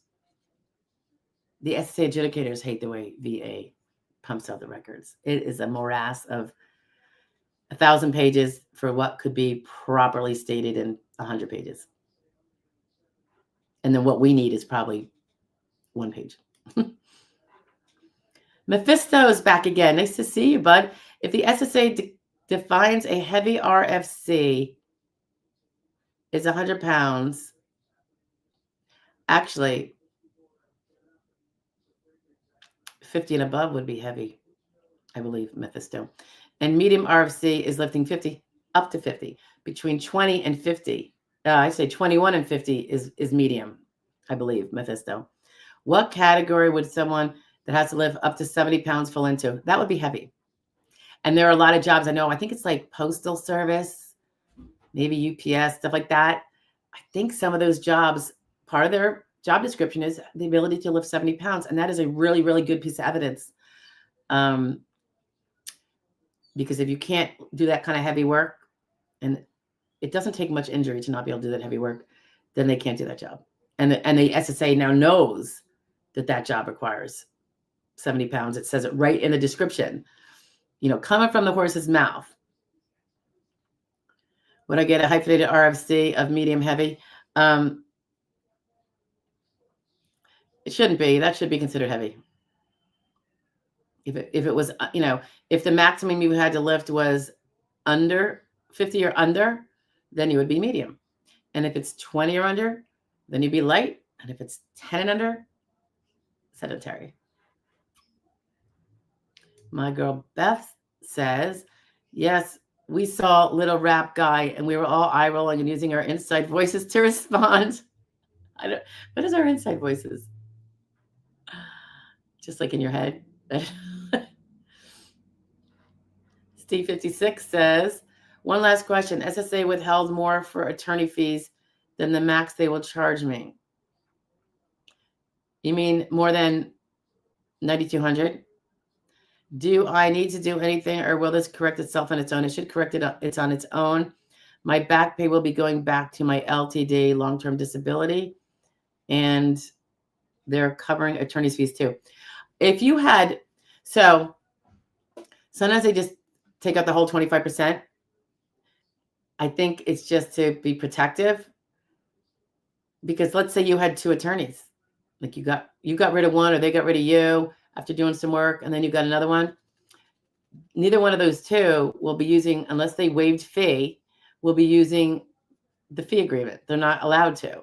So that fee agreement that capped what the attorney can get at $9,200 no longer applies. Now it's a fee petition and there's no $9,200 cap. So they could feasibly urge a far greater fee. So that's probably why they at least took the whole 25%. They will work it out though. And if you only had one attorney, the rest is going to come back to you. That doesn't usually happen. Usually it is straight away done right, and it's not the bigger amount taken out. But if there's something like that, yeah. They also might have withheld in case they thought there was a lien or something that they had to cover and withhold for.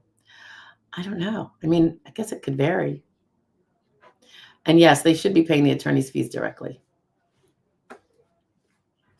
Mike Page, did I say it right, Mike? Says, Stephanie, I had been on Medicare 30 years ago because I had been disabled for more than 2 years, 30 years ago. So maybe they just picked up where I was. Maybe. That almost sounds like deja vu. I just haven't looked at it, Mike. So you might be right there. If I can, it's very unusual, which is why it probably hasn't stumbled across my path anytime recently. If I think about it and get a free moment, I will try to look it up. And if I do, I'll probably post it on the general page for general posts. Got a scratch there, huh? You got fleas?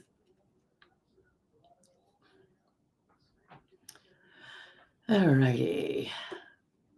Vicente says, I hope we're getting close because we're getting close to 3, and I do have to run today because I have my child's doctor appointment. The VA in Nashville overall was not good, but the VA here in Fayetteville, Arkansas is great. And anything, oh, that's good. And anything they can't help me with, they send me out of the VA. Most of my appointments are now outside the VA. Awesome. See, that is where, I think that was what came about several years ago when they really pushed to get that community care part set up. Is that what you're referring to, Vicente? And I think that's only appropriate. I mean, why should a veteran be stuck in the network? I think part of the compensation package should be like, yeah, you get VA, but if you try it and it's not sufficient, you can opt for something else. Same category of medicine, but my eyes are like glue. All right. So that's pretty cool. I'm glad that's still going on because I know it's not perfect. So Half Pint says, for the last 15 years, I've been a self-employed 1099 truck driver recruiter. Ooh, I am turning 55 in February. Is this going to be a problem getting approved? You're not a truck driver. You're a recruiter. That's probably is that a skilled? It's either semi-skilled or skilled. It's not unskilled, obviously. Truck driver, by the way, is not unskilled. However, there's no transferable skills. At least the truck driving skills are not transferable. I remember that being in an SSA narrative someplace, and I kept it in my head for 15 years. Because a lot of truck drivers, and a lot of them do become disabled. A lot of them do all that sitting on the bumpy roads, all that kind of stuff, constantly moving things. It's such a hard job. And then plus some of them were doing a lot of physical, doing a lot of physical, things also that, sometimes the earlier days of truck driving were a lot of physical unloading and loading, it was all kind of commingled. Then they become on the road and maybe they're not doing any of the lifting. So, you're unskilled, your skilled part, there's going to be organizational skills. There's going to be probably report writing skills, analysis skills. Do you know I did legal recruiting for a brief period? Yeah. Long before I did SSD work, but I was getting out of the firm life because I was not going to work for another law firm again. There was just no way I was going to be willing to do it. And so while passing the time and starting to develop my own idea of a practice I was going to open, which I did during that time, very small, of course, very different from now. I was recruiting and I just trying to remember all those things, writing, all that kind of stuff. So communication skills, heavy, right? Remember we had to really kiss the butt of the law firm hiring manager. It was like very annoying. I swear to God, I don't play well with others like that. Okay. So I think you're going to have skills that you're going to want to address. You might want to, I hate to say it, if you don't have an attorney, you might want to get one. I think you said, I forget, you're turning 55. If you don't have an attorney, if you want one and you want us to look at it, send the free evaluation. Click on that link at the top if you want us to look at it. Put your YouTube half pint 71 name in there. In any part where you type, tell them that you spoke to me and I told you to specifically have it shot right over to me, and I'll take a look at it and I'll call you one way or the other. All right. It doesn't cost you anything. All right. Thomas, hi guy. Sleep, what's sleep? You see? So what do you think about my meditation? You don't have to throw the Jesus thing into it. It was helping me before I did that. Now it's just it's exponentially better now that I do. But that's just something personal, that's a faith thing. But I know, Thomas, I know you don't sleep well. And I worry about that. I worry about my husband who doesn't sleep well. Same thing. But he's very stubborn too. He won't take any of my advice.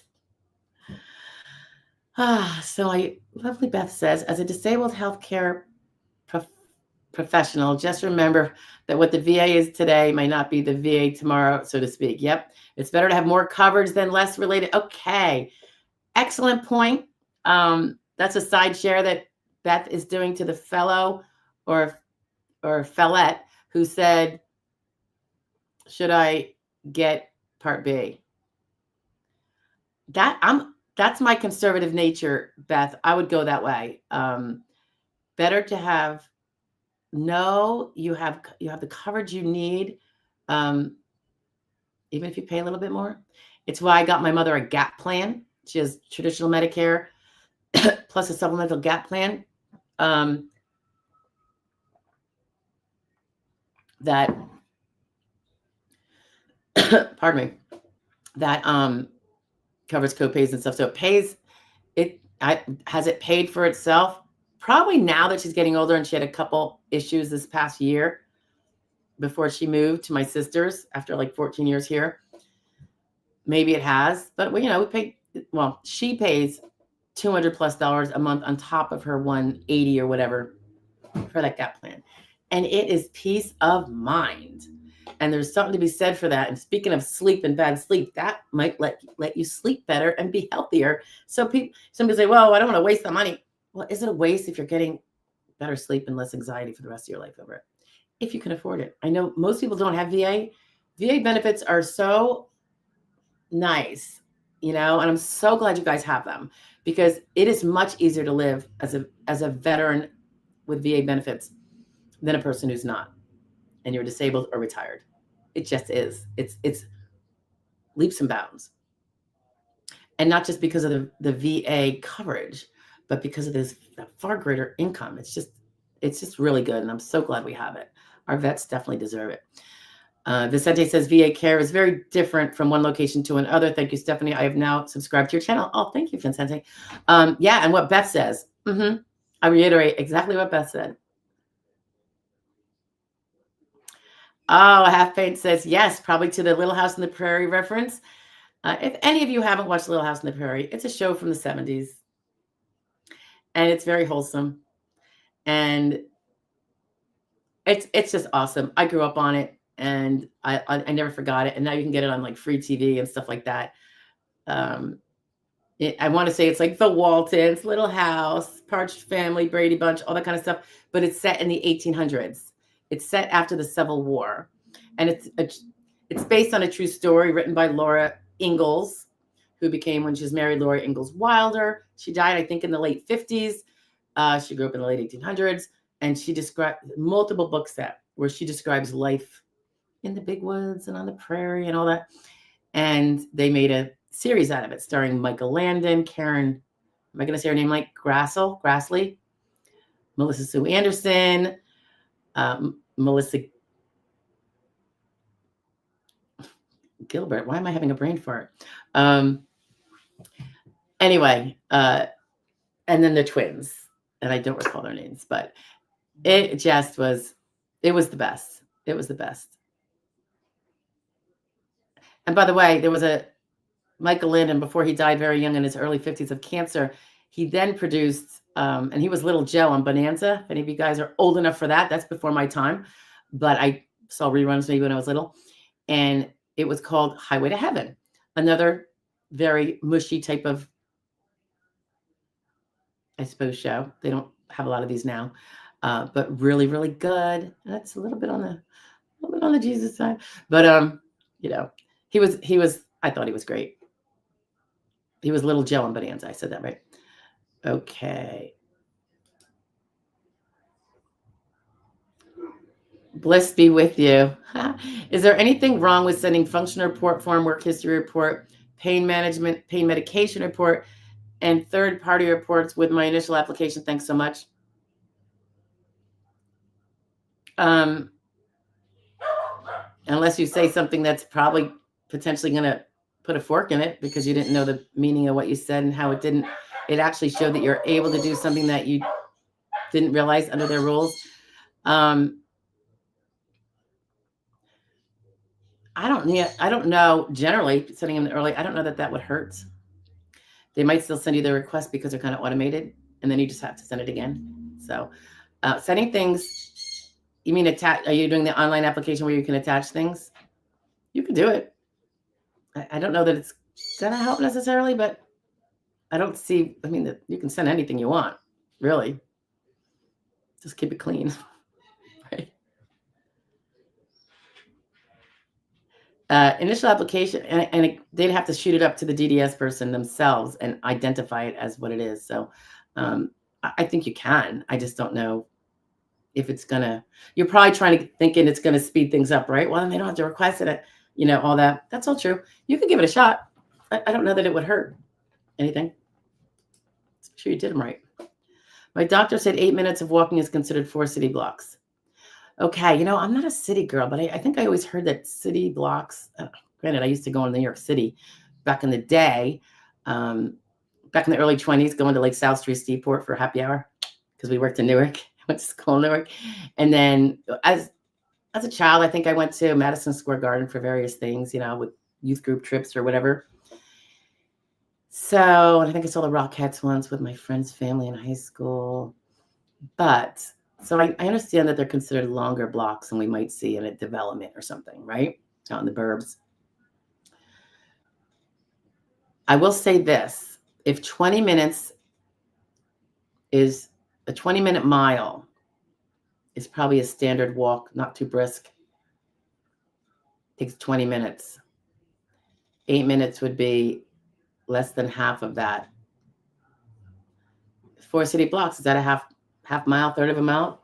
I don't know, but I always heard that they were long blocks. So I think your doctor's probably potentially correct there, right? Just got to go measure it. By the way, Ann Miller, your name reminds me of something that would be on Broadway. Isn't there like something Miller? I'm so not artsy fartsy. Can you tell? Great name though. Vicente says, yes, writing down and keeping track of episodes, migraines, PTSD episodes, how it affected me, and how long together with doctor notes helped my case big time. Very good. Saida, am I saying that? Saida, am I saying that right? Says, my SSA portal just got updated yesterday after I had my phone hearing about 3 weeks ago.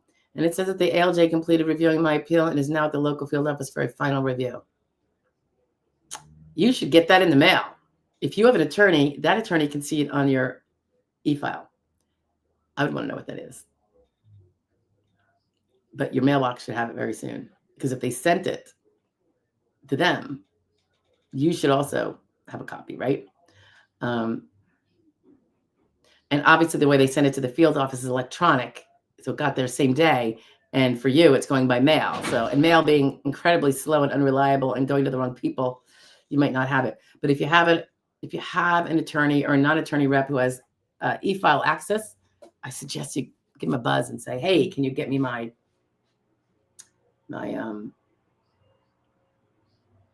report for me, my decision? And then you'll know for sure what the answer is.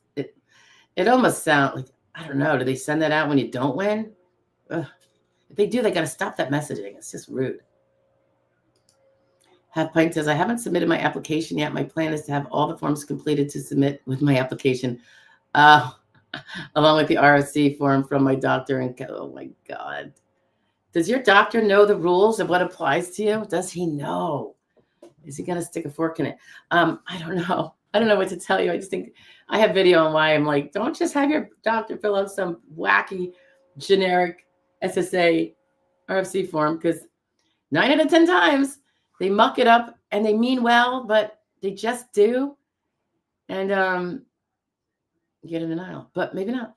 So, but I get it. You want it to move along fast and all that. So I don't think it's going to, aside from whether your content is screwed up or not, I don't think doing it is going to be a problem. They might ask for it again because they never got it up to them. You might have to resend it, but, and when you say you're sending all of your medical records, I hope that doesn't mean that they're not going to order them too. Are you going to have everything exactly the official set? You're not sending portal records, right? As your official, and saying they don't have, because some of them take it as, oh, we don't have to order them now. She already got them for us. So if they're not complete, you're not going to necessarily want to do that, because now you're giving an adjudicator the idea potentially that that's done. Now I don't have to do that part of my job. Just be careful. Oops. Okay, Charlie Tuna says, and I really have to go soon, guys. Thank you for the help. It did say I could use my son's dedicated, oh, she pooped again, dedicated money for lawyers' fees related to him.